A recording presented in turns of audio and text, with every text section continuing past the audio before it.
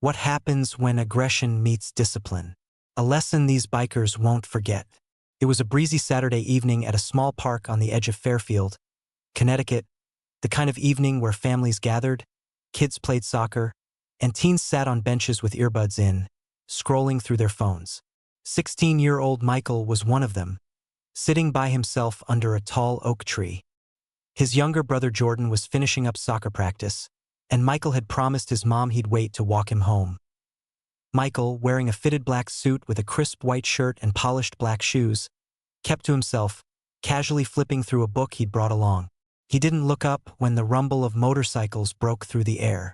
It was the type of sound that usually didn't mean much, just a group of bikers passing through, their engines echoing louder than they should in a quiet space.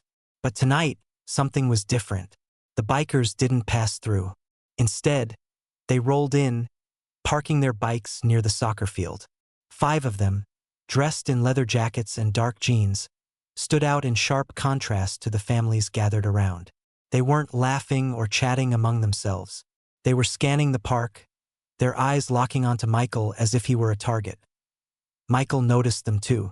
He glanced up briefly, catching their stares. He wasn't one to jump to conclusions, but the way they looked at him made his stomach knot slightly.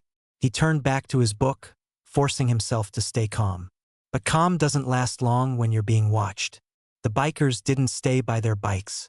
One of them, a burly man with a shaved head, nudged his friend and started walking toward Michael. And that's when things began to shift.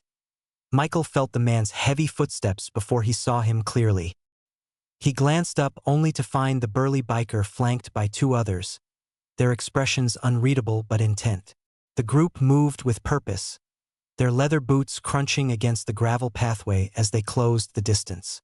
Michael's heart thudded in his chest, but his face remained calm.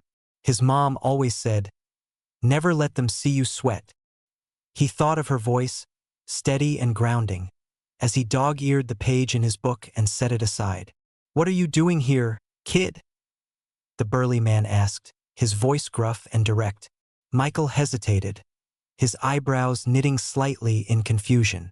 "Waiting for my brother," he replied simply, his tone polite but firm. The man smirked, exchanging a glance with his friends. "This doesn't look like your kind of place," he said, his words laced with something unspoken but pointed. Michael's jaw tightened, though he forced himself to remain composed. "It's a public park," he answered, meeting the man's gaze. The biker's smirk faded. "Got a smart mouth, huh?" he said, stepping closer. The other 2 spread out slightly, creating a semicircle around Michael. Parents and kids were still scattered around the park, but no one seemed to notice the tension building under the oak tree. Michael scanned the area briefly, hoping someone would look his way, but the bikers had chosen their moment well. Most of the attention was on the soccer field where Jordan's game was wrapping up. Michael's mind raced. He wasn't scared, not yet, but the situation was turning and he could feel it. Years of karate training had taught him to observe, anticipate, and react. But he also knew discipline. Fighting wasn't the first option. It was the last. "Look," Michael said, keeping his tone measured. "I don't want any trouble. I'm just here for my brother." But the burly man didn't back off. Instead, he leaned down slightly, his face just a little too close for comfort. "Trouble? Who said anything about trouble?" he asked, his voice low and taunting. Michael could feel the weight of their stares, the unspoken challenge in their posture. His hands rested loosely on his knees, but he was ready if it came to that. And yet, something about the man's next words made it clear they weren't going to let him off that easily. "Maybe you should show us what you've got," the biker sneered, his friends laughing quietly behind him. But Michael didn't move yet. Michael didn't flinch.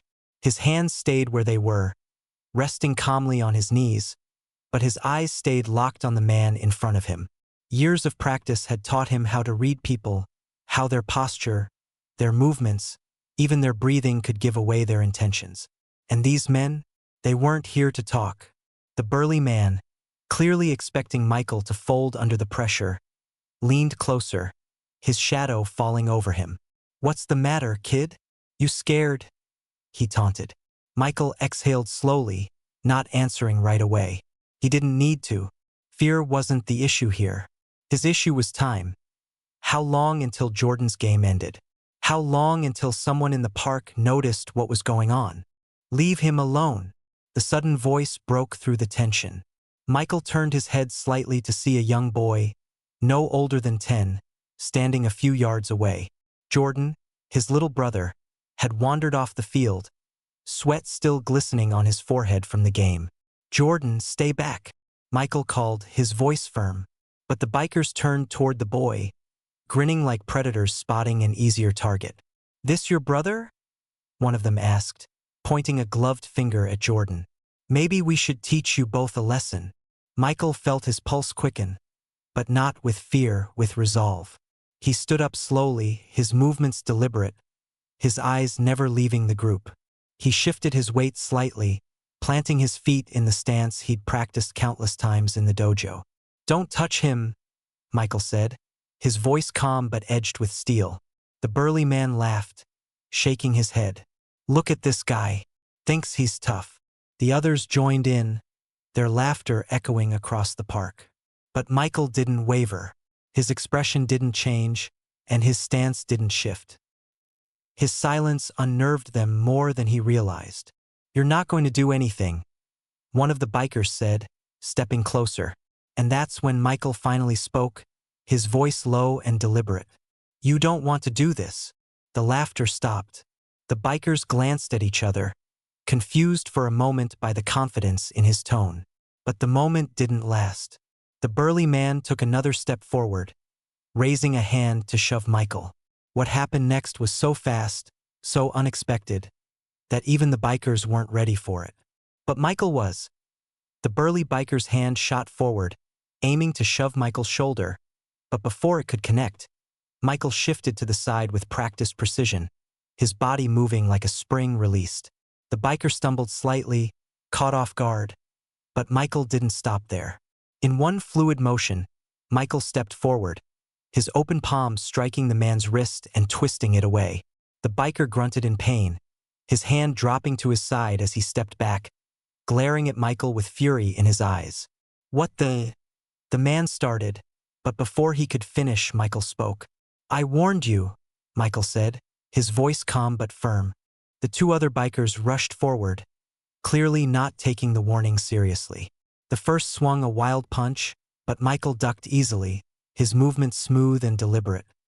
He countered with a sharp kick to the man's knee, sending him crumpling to the ground with a cry of pain. The second man hesitated for a split second, just long enough for Michael to pivot on his heel and deliver a spinning kick to the side of his ribs. The force knocked the wind out of him, and he staggered backward, clutching his side. Why now? The burly leader had recovered, his face red with anger. He lunged at Michael, swinging both fists like a brawler. But Michael didn't meet brute force with brute force. He stayed light on his feet, dodging the punches with the kind of agility that came from years of training. A crowd began to gather at the edge of the park. Parents, kids, even soccer players stopped what they were doing to watch. Someone had pulled out a phone, the lens capturing every second of what was unfolding. The leader charged again, this time trying to grab Michael by the lapel of his suit jacket, but Michael moved faster, twisting out of his grip and delivering a precise strike to the man's solar plexus. The biker stumbled backward, gasping for air, his tough exterior cracking in the face of Michael's calm control. "Enough! Enough!" Michael said, his voice loud enough to echo across the park. His stance remained strong, but his expression showed no malice, only resolve. "I don't want to hurt you. Walk away." For a moment, it seemed like the bikers might listen.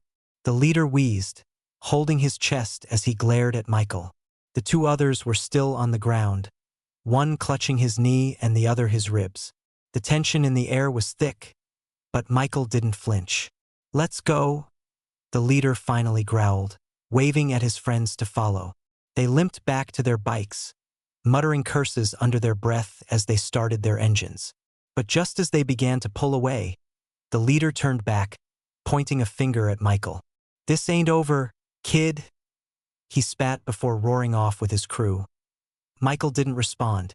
He stood there, his breathing steady, as the sound of their engines faded into the distance. Around him, the crowd began to applaud, murmurs of admiration and disbelief rippling through the group. Jordan ran up to him, his eyes wide with both fear and awe. "Michael, are you okay?" he asked, his voice trembling. Michael knelt down, putting a hand on his brother's shoulder. "I'm fine," he said, offering a small smile. "Let's go home." But as they walked away, Michael couldn't shake the feeling that this wasn't the end of the story. Not yet. Michael and Jordan walked home in silence, their sneakers tapping softly against the sidewalk. Jordan kept sneaking glances at his older brother, his expression a mix of awe and worry. Finally, he couldn't hold it in any longer. "Michael," Jordan said, his voice barely above a whisper, "how did you do all that? I mean, they were huge, and there were 3 of them." Michael chuckled softly, shaking his head. "It's not about being bigger, Jordan," he explained. "It's about being prepared, staying calm, and knowing when to act." Jordan frowned. "But what if they come back? That guy said it wasn't over." Michael stopped walking, turning to face his little brother. "If they do, we'll handle it. But listen to me, Jordan," he said, his tone serious. "What happened today wasn't about fighting. It was about standing up for myself and for you. But violence isn't the answer unless it's the only option." Jordan nodded slowly, processing his brother's words. Michael placed a hand on his shoulder, giving it a reassuring squeeze. "Remember, it's not about proving how strong you are. It's about knowing your worth and refusing to let anyone take that away from you." When they got home, their mom was waiting on the porch, her arms crossed and a concerned look on her face. "You're late," she said, her voice tinged with worry. Michael hesitated, glancing at Jordan, who stayed quiet. "Something happened at the park," Michael admitted, choosing his words carefully. He didn't want to worry her more than necessary, but he also believed in honesty. As he recounted the story, their mom's expression shifted from fear to pride. She listened intently, her lips pressed into a thin line, but her eyes glistened with emotion. "Michael," she said when he finished, "I'm proud of you for protecting your brother and yourself.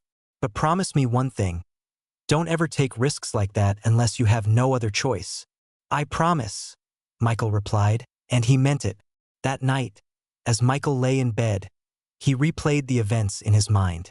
He thought about the bikers' aggression, the crowd's reaction, and the lingering words of the leader. "This ain't over, kid." But Michael wasn't afraid. He'd learned long ago that fear only had power if you let it. Instead, he felt a quiet sense of purpose. The world wasn't always fair, but moments like this proved that courage and discipline could make a difference. And somewhere deep down, he knew this experience wasn't just a test of his skills. It was a reminder that standing up against wrongs, no matter how daunting, was always worth it. Michael's story is a powerful example of resilience, preparation, and knowing when to take a stand. His calm confidence in the face of adversity teaches us that true strength isn't about size or intimidation. It's about knowing your worth and acting with integrity. If this story moved you, take a moment to reflect on how you can stand up for yourself or others in difficult situations. And remember, courage isn't about not being afraid. It's about doing the right thing even when fear is present.